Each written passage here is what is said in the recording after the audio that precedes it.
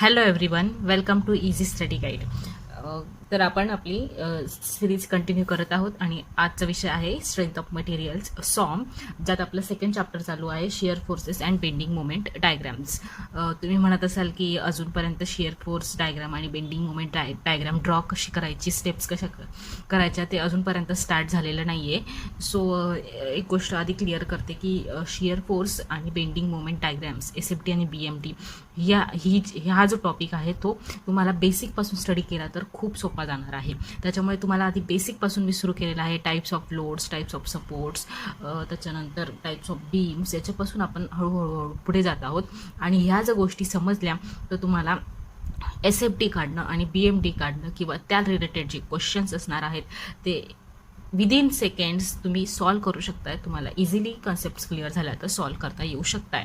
So अजून तरी 3 ते 4 लेक्चर्स नंतर तुमचं SFT आणि BMT सुरू होणार आहे. पण तुम्ही जर ह्या बेसिक गोष्टी स्टडी नाही केल्या तर तुम्हाला SFT आणि BMT कन्सेप्ट क्लिअर होऊ शकणार नाही.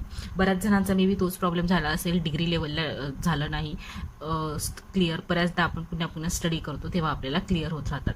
त्यामुळे आपण बेसिकपासून स्टार्ट करत आहोत. आणि याआधीचे तुमचे बेसिक जे लेक्चर आहेत ते मिस झाले असतील तर माझ्या चॅनलवर अवेलेबल आहेत. AMVI RTO मेन्स एक्झाम प्लेलिस्टमध्ये, तिथे जाऊन तुम्ही पाहू शकताय. अदरवाईज मी लिंक डिस्क्रिप्शन बॉक्समध्ये देत आहे प्लेलिस्टची, यू कॅन गो देअर. आणि बाकी सब्जेक्ट्सचे पण लेक्चर्स आहेत, त्यात MCQs पण आहेत. So you can go there and study likewise. So 2 minute आधीच आपले गेलेले आहेत, sorry for that. Let start. Relationship आजचा टॉपिक आहे, relationship between shear forces, intensity of load and bending moment. तर पहिल्यांदा आपण relationship between SF and W बघूयात आणि मग relationship between SF and bending moment which is very important, ते आपण स्टडी करणार आहोत. तर बेसिकली त्यासाठी आपण आधी एक नॉमेनक्लेचर आपण एक डिसाईड करून घ्या. मी V म्हणजे शिअर फोर्स V ने डिनोट करणार आहे, बेंडिंग मोमेंट M ने डिनोट करणार आहे आणि इंटेन्सिटी ऑफ लोड और rate of loading he W ने डिनोट करणार आहे. तो बेसिकली आपण आता स्टार्ट करूयात. सपोज मी एक सिम्पली सपोर्टेड बीम घेतला. Simply supported beam which is supported by hinge support at one end and roller support at the other end, आणि the UDL of intensity of load W is acting throughout the length of beam. म्हणजे पूर्ण लेंथवर तुमचा Wच act होत आहे. तर तो आहे तुमचा, ही झाली तुमचं सिम्पली सपोर्टेड आपण जो बीम कन्सिडर केला आहे त्याचं दिलेलं आहे ते. तर आता आपल्याला काय करायचं आहे, रिलेशनशिप बिटवीन V, M आणि W फाइंड आउट करायची. आपण पहिल्यांदा V आणि W मधले किंवा M मधलं पण फाइंड आउट करायचं असेल तर आपल्याला काय करावं लागेल, सेक्शन घ्यावं लागेल. का? कारण आतापर्यंत आपण जे शिकलो त्यात बघितलेलं आहे शिअर फोर्सेस आणि bending movements are calculated up to a section. सेक्शनपर्यंतच आपण ते कॅल्क्युलेट करत असतो. म्हणून आपल्याला आता काय करावं लागेल, ते सेक्शन कसं करावं लागेल. सपोज मी 2 सेक्शन्स घेतले, 1 आणि 2. This is my 1 this is my 2. Suppose या 2 सेक्शन्समधला जो सेक्शन मी काढून घेते आहे तो आहे DX. तर आपल्याला जे ॲनालिसिस करायचं आहे ते DXच्या रिलेटेड करायचं आहे किंवा DX आपण एक बाजूला काढून घेऊया. मी पहिल्यांदा, आपण डायरेक्टली V आणि W मधलं रिलेशन घेत नाही आहोत. आपल्याला V आणि W मधलं रिलेशन पाहायचं असेल किंवा V आणि M मधलं रिलेशन पाहायचं असेल तर आपल्याला आधी याची FBD मिळवायला हवी आहे, फ्री बॉडी डायग्राम मिळवायला हवी आहे, तीच आपण मिळवतो. तर फ्री बॉडी डायग्राम मिळवण्यासाठी आपण काय करत असतो, हे जे सपोर्ट्स आहेत त्याच्या रिॲक्शन्स ड्रॉ करत असतो. हिंज सपोर्टला कोणते रिॲक्शन्स येतात, हिंज सपोर्टला एक व्हर्टिकल येते, RA नाव देते मी तिला, आणि एक हॉरिझॉन्टल येते. पण मी ते हॉरिझॉन्टल कन्सिडर नाही करणार. का? Shear forces are the summation of vertical forces only, म्हणून मी फक्त व्हर्टिकल फोर्सेस कन्सिडर करत आहे. सो मी आता इथे हिंज सपोर्ट रिमूव्ह करते आणि इकडे RA ड्रॉ करते. रोलर सपोर्टला काय एकच व्हर्टिकल रिॲक्शन असते, त्याच्यामुळे ती काय येणार आहे, RB. ही झाली माझी रिॲक्शन. सपोज सेक्शन 1 माझा लेफ्ट डिस्टन्सपासून लेफ्ट ओरिजिनपासून X या डिस्टन्सवर आहे. ओरिजिन मी X is equals to 0. This is my left side, this is my right side. हे लेफ्ट आणि राईट मी का कन्सिडर करते ते तुमच्या लक्षात आलं असेल का, तर साईन कन्व्हेन्शनसाठी. सो हा X डिस्टन्सवर आहे. तर मी DX हा जो सेक्शन आहे तो थोडा बाजूला काढते. हा सेक्शन मी रिमूव्ह बाजूला काढला. याच्यावर पण W ॲक्ट होते. पर युनिट रन म्हणजे ही जेवढी DX आहे, W/DX ही त्याची इंटेन्सिटी असेल, right. So this is DX. तर आता याच्यात एक गोष्ट तुमची लक्षात येते की शियर फोर्सेस आणि बेंडिंग मोमेंट आपण सेक्शनला कॅल्क्युलेट करतो, म्हणून आपण सेक्शन कन्सिडर केला आहे, म्हणून ते प्रत्येकाचं आपण सेक्शनच्या अबाउट कॅल्क्युलेट करणार आहोत इलेमेंटरी बीम कन्सिडर करून. तर ह्या सपोर्ट रिॲक्शन इथे शो केलेल्या आहे. नाऊ जर आपण अल्जेब्रिक सम घेतली व्हर्टिकल फोर्सेसची अप टू अ सेक्शन 1, तर आपल्याला काय मिळणार आहे, शियर फोर्स मिळू शकतोय. केवढा याच्यापर्यंतचा, याच्या लेफ्ट साईडला ऍक्ट होणारा शियर फोर्स मिळेल. का? कारण हा जो सेक्शन आहे तो हा आहे. जर मी अप टू अ सेक्शन 1 इथून स्टार्ट करून up to a section 1 all vertical फोर्सेसची सम घेतली तर मला शियर फोर्स मिळेल. तर तो शियर फोर्स काय, सपोज व्ही अज्युम केला मी, तो शियर फोर्स मी व्ही अज्युम केला अप टू सेक्शन 1 पर्यंत सगळ्या व्हर्टिकल फोर्सेसची समेशन घेऊन, आणि तो अपवर्ड डायरेक्शनमध्ये ऍक्ट होतोय. Suppose this is my V, so this is my V, हा झाला व्ही मिळाला मला. आणि सेक्शन 2, आता सेक्शन 2 आहे, सेक्शन 2 पर्यंत काय ऍक्ट होणार आहे, हा जो ऍक्ट झालेला आहे तो प्लस इथे जे काही फोर्सेस ऍक्ट होत आहेत तो माझा व्ही प्लस डीव्ही ऍक्ट होईल. तो काय होईल, व्ही प्लस डीव्ही, आणि तो काय असेल, इन द डाऊनवर्ड डायरेक्शन. का डाऊनवर्ड डायरेक्शन मध्ये असेल तो, कारण जर माझा हा व्ही ह्या डायरेक्शनने ऍक्ट होतोय आणि जर मला बीम बॅलन्स करायचा असेल तर मला हा काय असेल, अपोजिट डायरेक्शनमध्येच ऍक्ट करावा लागेल. आणि याच्यामुळे जे काही डीएक्सच्या ज्या पोर्शनमध्ये हे जे युडीएलमुळे जे काय असतील ते प्लस डीएक्स असू शकतात किंवा प्लस मायनस त्याची मॅग्निट्यूड काही असू शकते. मला त्याच्याशी काही आता त्याच्या व्हॅल्यू पण माहित नाही, त्याच्यामुळे मी ते कॅल्क्युलेट पण करू शकत नाही. पण हा व्ही प्लस डीव्ही हा काहीतरी याच्यामुळे येणारा जो शियर फोर्स आहे तो डाऊनवर्ड डायरेक्शनमध्ये ऍक्ट होईल. का?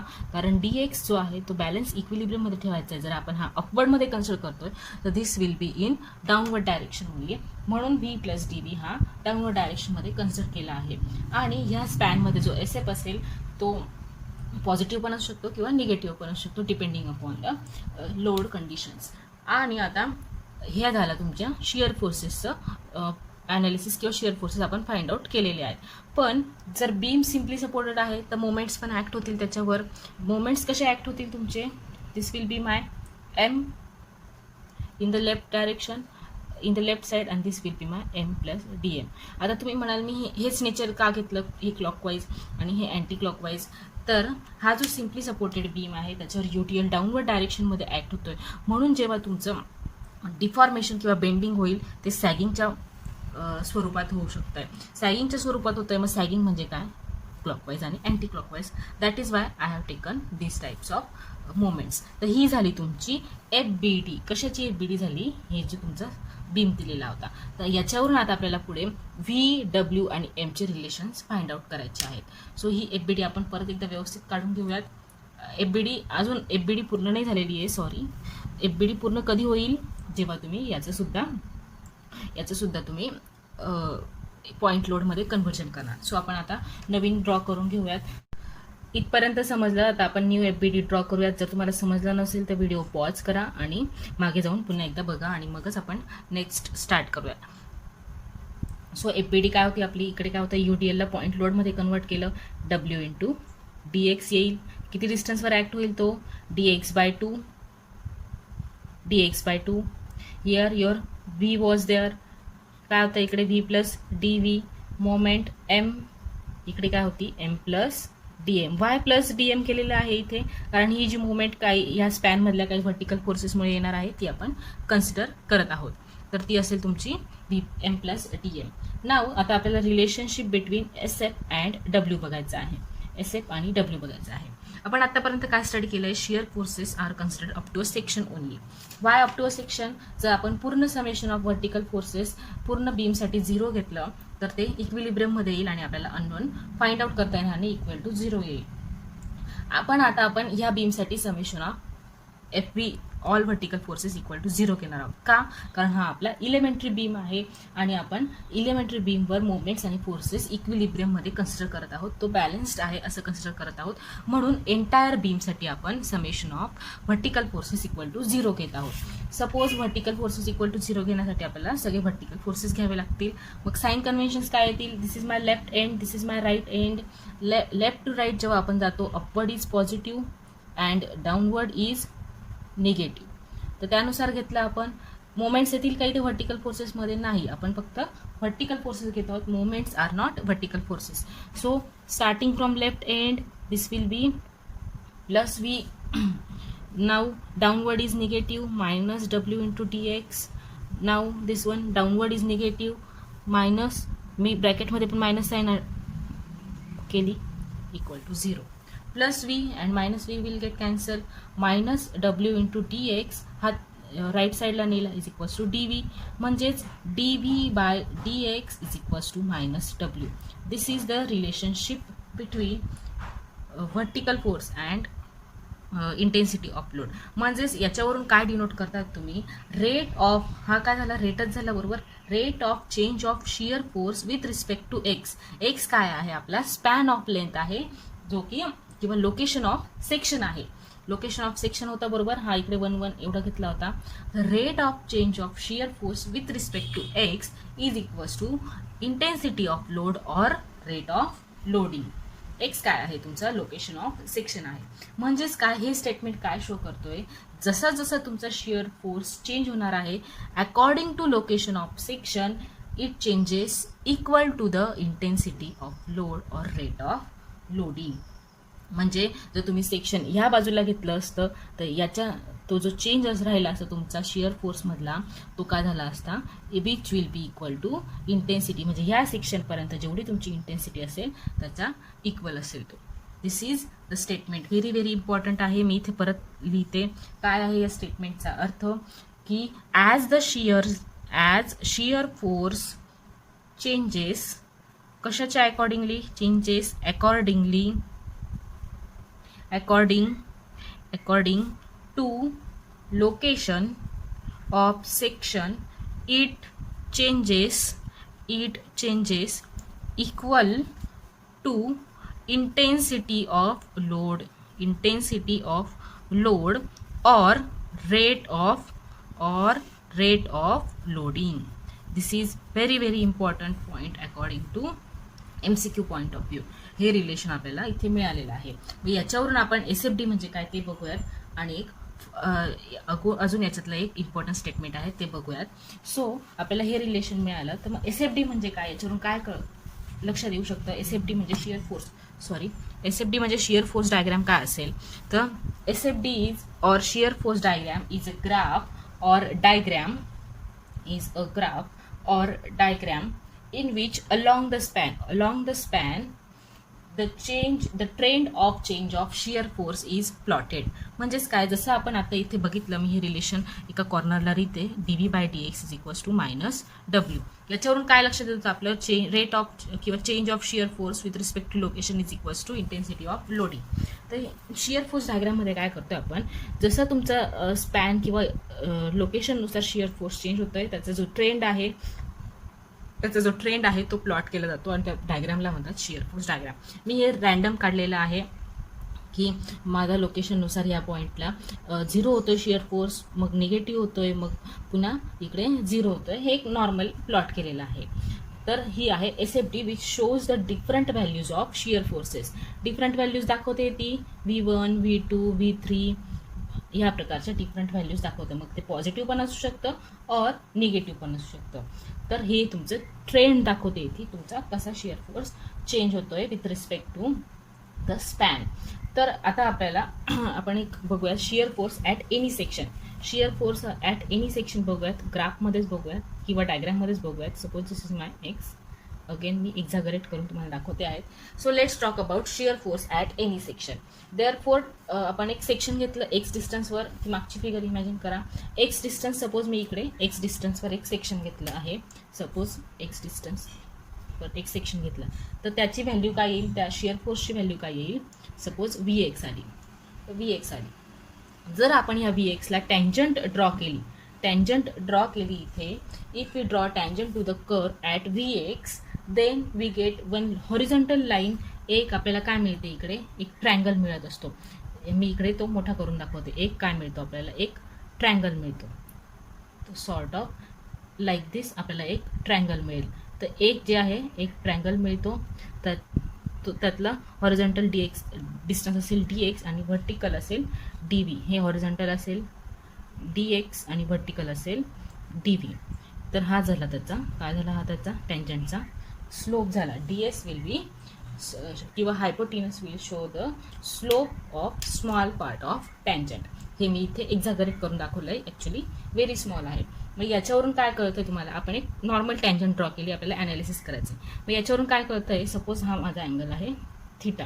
टॅन थिटा काय येतो याच्यात, tan theta is equals to dv/dx. आपल्याला माहिती टँजंट ऑफ अँगल घेतो आपण तेव्हा, तर तो जो येतो तो काय असतो, स्लोप असतो.